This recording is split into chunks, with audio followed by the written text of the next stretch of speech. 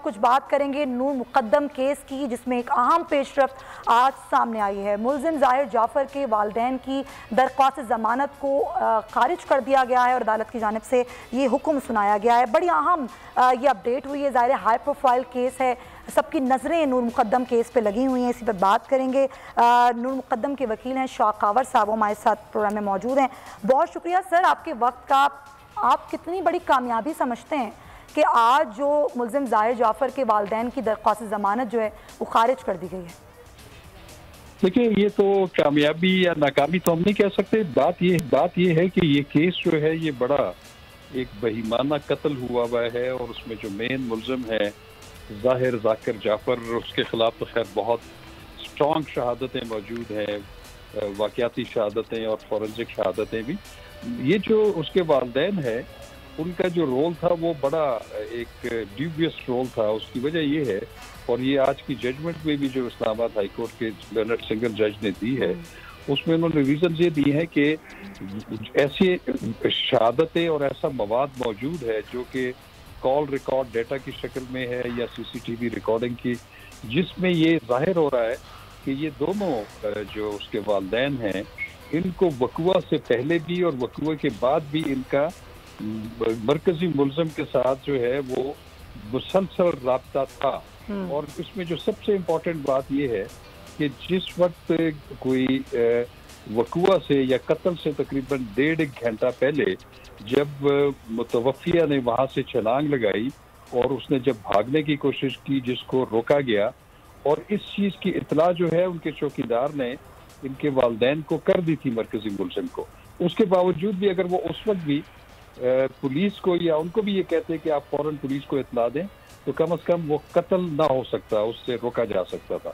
तो उनका जो ओवरऑल किरदार है, उनकी एयानत जुर्म का जो उस पर इल्ज़ाम है, उसके बारे में ठोस शवाहिद मौजूद हैं, जिसकी वजह से ये जो उनकी जमानत बाद अज़ गिरफ्तारी की जो दरख्वास्तें थी, जो 23 तारीख को उस पर बहस हुई थी, आज उसका फैसला आ गया जो कि मुस्तरद हो गई। इससे पहले भी एडिशनल सेशन जज साहब जो है इस्लामाबाद, उन्होंने भी इनकी जमानत बाद अज़ गिरफ्तारी जो बिल्कुल सही। सर ये ज़रा बता दीजिएगा कि कब तक ट्रायल मुकम्मल हो जाएगा, और जिस तरीके से आप इस केस को लेकर चल रहे हैं मुद्दई के वकील होने की हैसियत से, आप क्या समझते हैं कि मुलजिम को कितनी जो है वो क्या सज़ा होगी?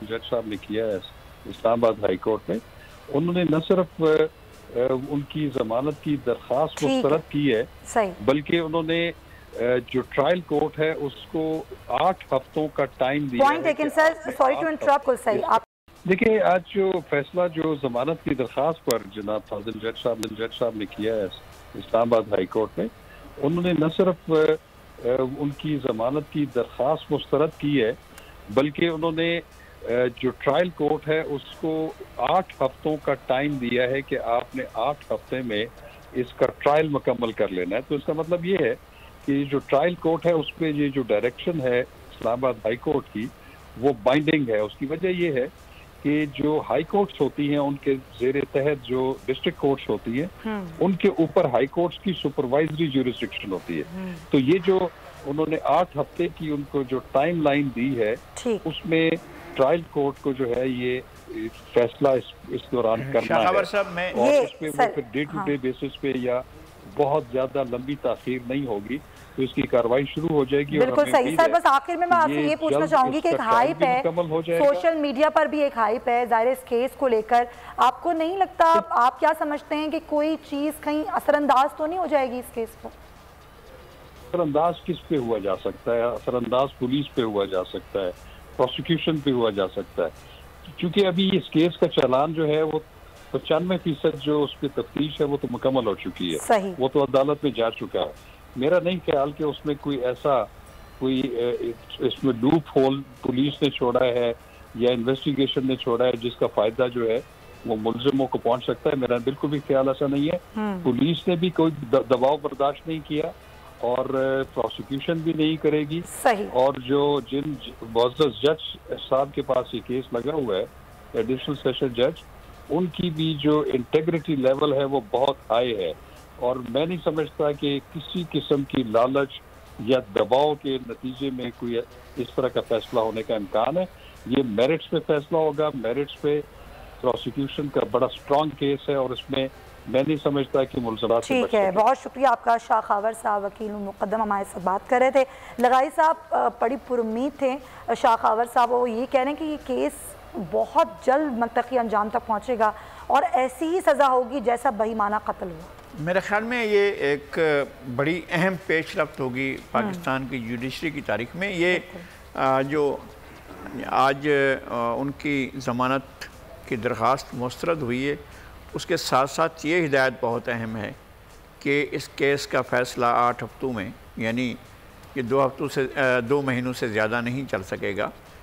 हम समझते हैं कि ये नवंबर के नूर मुक़द्दम के कातिल और उनके जुर्म की इयानत करने वाले अफराद के ख़िलाफ़ अदालत का क्या फ़ैसला आता है, तो ये बहुत अहम होगा और शायद पूरा मुल्क और पूरे मुल्क के अवाम इसको देख रहे होंगे।